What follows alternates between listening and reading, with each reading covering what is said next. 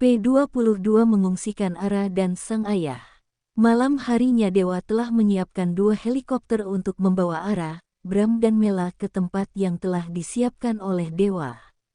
Jaga diri baik-baik ya sayang, tunggu aku menjemputmu, Dewa mengecup bibir Ara sekilas. Ara langsung memeluk suaminya dengan erat, entah mengapa Ara seakan tak rela untuk berpisah dengan suaminya, ia sampai menangis di dalam pelukan Dewa.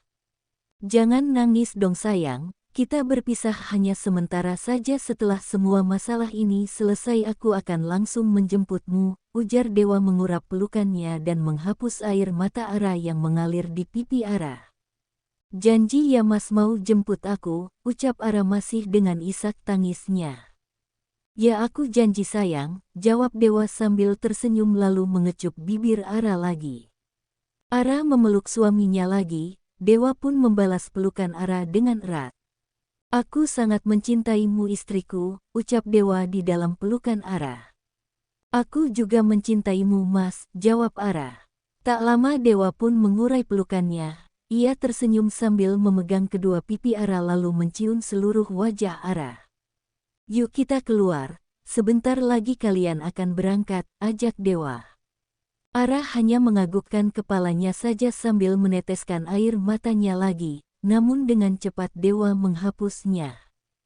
Jangan menangis terus sayang, aku tak bisa melihatmu menangis terus seperti ini, ucap Dewa menghapus lagi air mata di pipi Ara. Udah ya jangan nangis terus, kita berpisah tidak akan lama sayang, ujar Dewa lagi. Ara hanya bisa menganggukkan kepalanya saja. Entah kenapa ia menjadi melo seperti ini, apa karena ini perpisahan pertama mereka selama pernikahan mereka. Kini Ara dan Dewa telah keluar dari kamarnya. Mereka menuju ke arah lapangan udara yang ada di belakang markas. Di sana semuanya sudah siap. Mela sudah dimasukkan ke dalam helikopter khusus untuknya karena keadaan Mela belum sadarkan diri. Jaga diri baik-baik ya San, ucap Bram memeluk anaknya. Tak lama pelukan itu pun terurai. Ya Pak, aku akan menjaga diriku baik-baik, aku titip istriku ya Pak, ucap Dewa. Ya kau tak perlu khawatir, Papa akan menjaga istrimu dengan baik, segeralah selesaikan masalah salah paham ini, dan jemputlah kami, ucap Bram memaksa untuk tersenyum, pasalnya ia sebenarnya tak mau berpisah dengan anaknya. Apalagi anaknya itu akan berperang. Siapa? Jawab Dewa sambil tersenyum. Diego antarkan mereka ke tempat yang telah aku siapkan, ucap Dewa kepada Diego. Dia kak, aku akan mengantarkan paman dan kakak ipar dengan selamat, jawab Diego. Setelah berpamitan kini Ara, Bram sudah di dalam helikopter yang sama, dan kini kedua helikopter itu pun langsung terbang meninggalkan markas Dewa. Aku harap ini bukan pertemuan terakhirku dengan keluargaku, gumam Dewa sambil melihat helikopter yang ditumpangi keluarganya pergi menjauh. Anda tidak apa-apa Tuan, tanya Satria yang kini tengah berdiri di samping Dewa. Aku tak apa, jawab Dewa singkat lalu masuk ke dalam markasnya dengan diikuti oleh Satria di belakangnya. Suruh beberapa anak buah inti kita dari markas lainnya untuk ikut adil dalam pertempuran ini, ucap Dewa kepada Satria.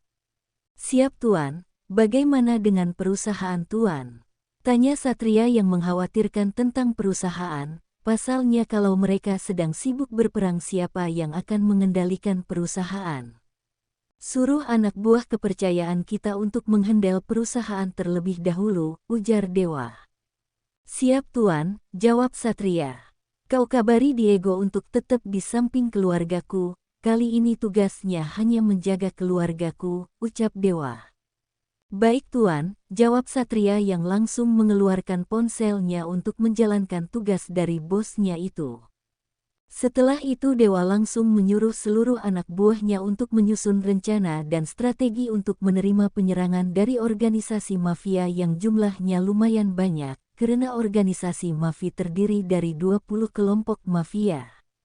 Setelah menyusun sebuah strategi dan anak buahnya yang berada di luar negeri sedang dalam perjalanan untuk datang, Dewa langsung masuk ke dalam kamarnya untuk istirahat. Sepi itulah yang dirasakan Dewa saat memasuki kamarnya dan Ara. Kalau biasanya ia melihat Ara sedang bercermin atau duduk bersandar di ranjang sambil membaca buku, kini tidak ada lagi pemandangan seperti itu. Hah, baru beberapa menit kamu pergi, aku sudah merindukanmu istriku, gumamnya yang langsung merebahkan tubuhnya di atas kasur empuk miliknya dan Ara.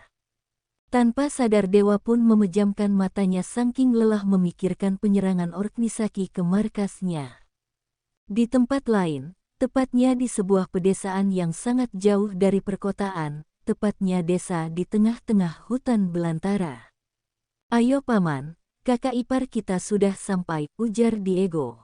Tanpa menjawab, Ara dan Bram langsung turun dari helikopter, dan diikuti oleh para perawat yang akan menangani Mela. Setelah semuanya turun dari helikopter, Diego langsung mengarahkan ke sebuah rumah 2 lantai yang cukup besar, rumah yang paling bagus di desa itu. Setelah masuk ke dalam rumah, Diego langsung menunjukkan kamar untuk Ara, Bram dan Mela. Setelah masuk ke kamar masing-masing, Ara langsung membersihkan diri. Setelah itu ia langsung melaksanakan sholat Isya yang belum ia laksanakan. Ya Allah, ya Tuhanku, ampunilah dosa-dosa hamba, dosa suami hamba dan dosa orang tua hamba. Ya Allah, ya Tuhanku, lindungilah suami hamba dimanapun dia berada. Jagalah dia dan tunjukkan dia ke jalan yang Engkau ridhoi ya Allah. Hanya kepadamu lah hamba meminta dan hanya kepadamu lah hamba memohon. Amin. Doa Ara setelah sholat Isya. Setelah sholat, Ara langsung merebahkan tubuhnya di atas tempat tidur. Gini ya rasanya tidur tanpa pelukan dari suami, gumam Ara yang sudah sekali untuk memejamkan matanya, karena ia sudah terbiasa tidur dalam pelukan suaminya. Mas, aku rindu kamu, ucap Ara dengan mata yang berkaca-kaca menahan tangisnya. Aku kenapa sih, kenapa aku sekarang mudah sekali menangis seperti ini? Ayolah Ara, kamu dulu tidak secengeng ini, kamu harus kuat mulai saat ini. Ingat, ini belum ada apa-apanya dengan apa yang akan dilakukan oleh suami, jadi kamu harus jadi wanita yang kuat dan tangguh, gumam Ara. Udah beberapa hari berlalu setelah ia mengungsikan Ara, papanya dan tantenya, namun belum ada pergerakan dari anggota organisasi untuk menyerang.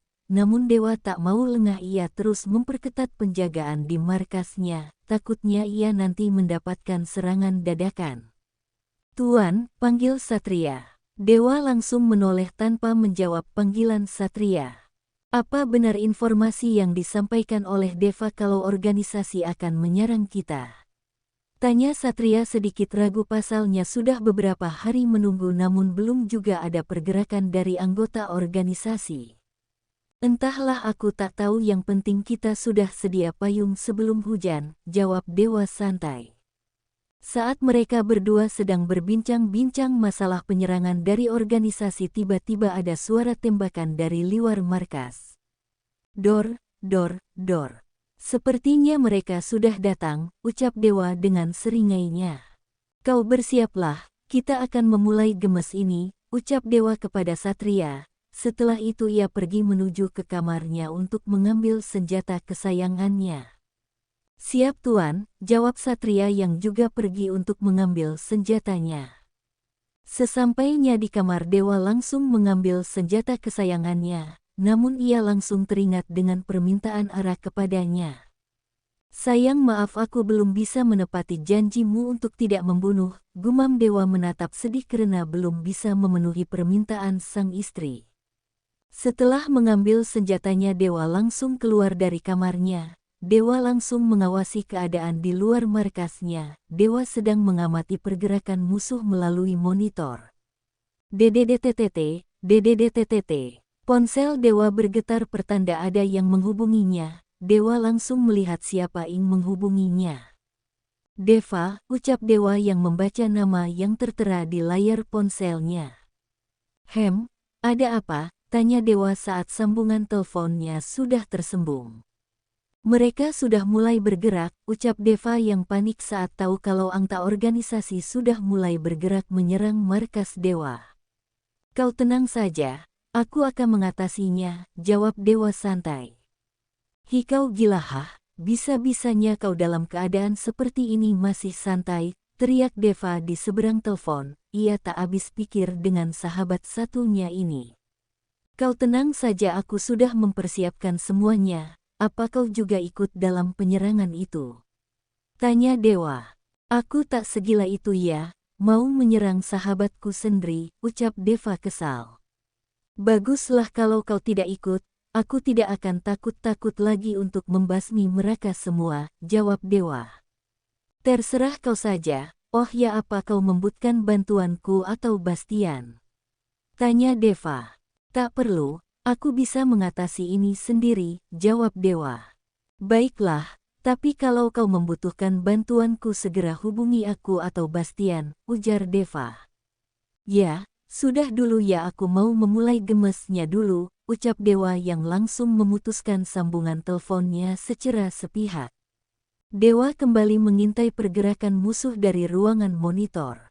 Ternyata kalian memang berani bermain-main denganku, ucap Dewa yang langsung memencet sebuah tombol yang ada di ruangan itu. Dan seketika ada sebuah bom meledak di tempat musuh-musuh Dewa berada.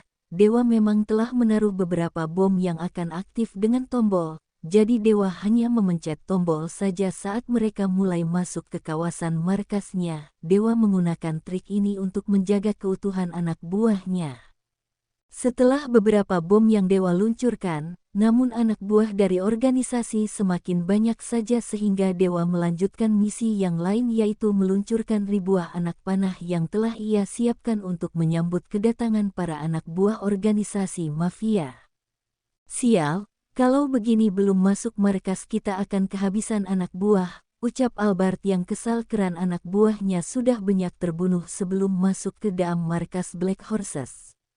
Pintar juga ketua Black Horses menyiapkan semua jebakan ini, aku jadi semakin penasaran siapa ketuanya, batin Sean yang merasa kagum dengan apa yang dipersiapkan oleh ketua Black Horses untuk melindungi markasnya.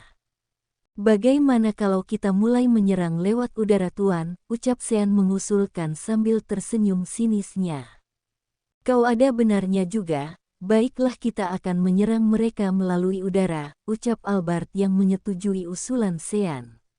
Albert langsung menghubungi anak buahnya untuk melakukan penyerangan melalui udara. Dewa yang tengah asik memantau monitor tiba-tiba ponselnya kembali berdering. Deva, ya Deva lah yang menelponnya kembali. Ada apa? Tanya Dewa saat sambungan teleponnya udah tersambung. Mereka akan menyerangmu melalui udara. Kau harus berhati-hati, ucap Deva memperingati. Oke, jawab Dewa yang langsung memutuskan sambungan teleponnya dan langsung menghubungi Satria. Ya Tuan, ada apa? Jawab Sean di seberang telepon. Mereka akan menyerang melalui udara, perintahkan semua anak buah kita untuk berhati-hati. Baik Tuan, jawab Satria. Dewa langsung memutuskan sambungan teleponnya, lalu fokus lagi ke monitornya. Kau awasi monitor ini dan terus lakukan penyerang kepada mereka yang mulai mendekat, ucap Dewa kepada anak buahnya yang ia tugaskan untuk mengawasi monitor. Siap Tuan, jawab anak buah Dewa. Dewa pun langsung keluar dari ruangan itu sambil melihat ke sana kemari. Ini saatnya aku turun, ujar Dewa yang sedang memegangi senjata kesayangannya yang selalu menemaninya saat bertarung. Saat Dewa baru bergabung dengan para anak buahnya yang menjaga di gerbang mark, tiba-tiba ada bunyi suara helikopter yang terbang mendekat. Cepat bersembunyi, ada helikopter mendekat, teriak Dewa kepada anak buahnya. Anak buah Dewa langsung berlari mencari tempat yang aman. Helikopter itu tiba-tiba menjatuhkan beberapa nomor ke pelataran markas Dewa. Duar, duar, duar. Bangunan-bangunan markas Dewa mulai banyak yang hancur akibat bom yang dilemparkan dari helikopter. Kurang ajar, ucap Dewa geram saat melihat ada beberapa bangunan markasnya hancur. Dewa langsung mengarahkan senjatanya ke arah baling-baling helikopter. Dor, dor. Tembakan Dewa tepat sasaran, tepat mengenai baling-baling helikopter itu. Seketika helikopter itu langsung oleng dan tak lama terjatuh. Duar. Helikopter itu meledak saat terjatuh tak jauh dari mark Black Horses. Dewa tersenyum puas setelah berhasil melumpuhkan satu helikopter milik organisasi mafia itu. Pertempuran dari darat maupun udara terus berlangsung, meski sudah banyak anggota dari organisasi yang telah tumbang namun mereka tak menyerah begitu saja, sedangkan anak buah Dewa masih utuh tanpa ada yang tumbang satu pun. Setelah beberapa jam pertempuran antara Black Horses dengan anggota organisasi mafia namun anak buah organisasi belum ada yang bisa masuk ke dalam markas Black Horses. Bersambung.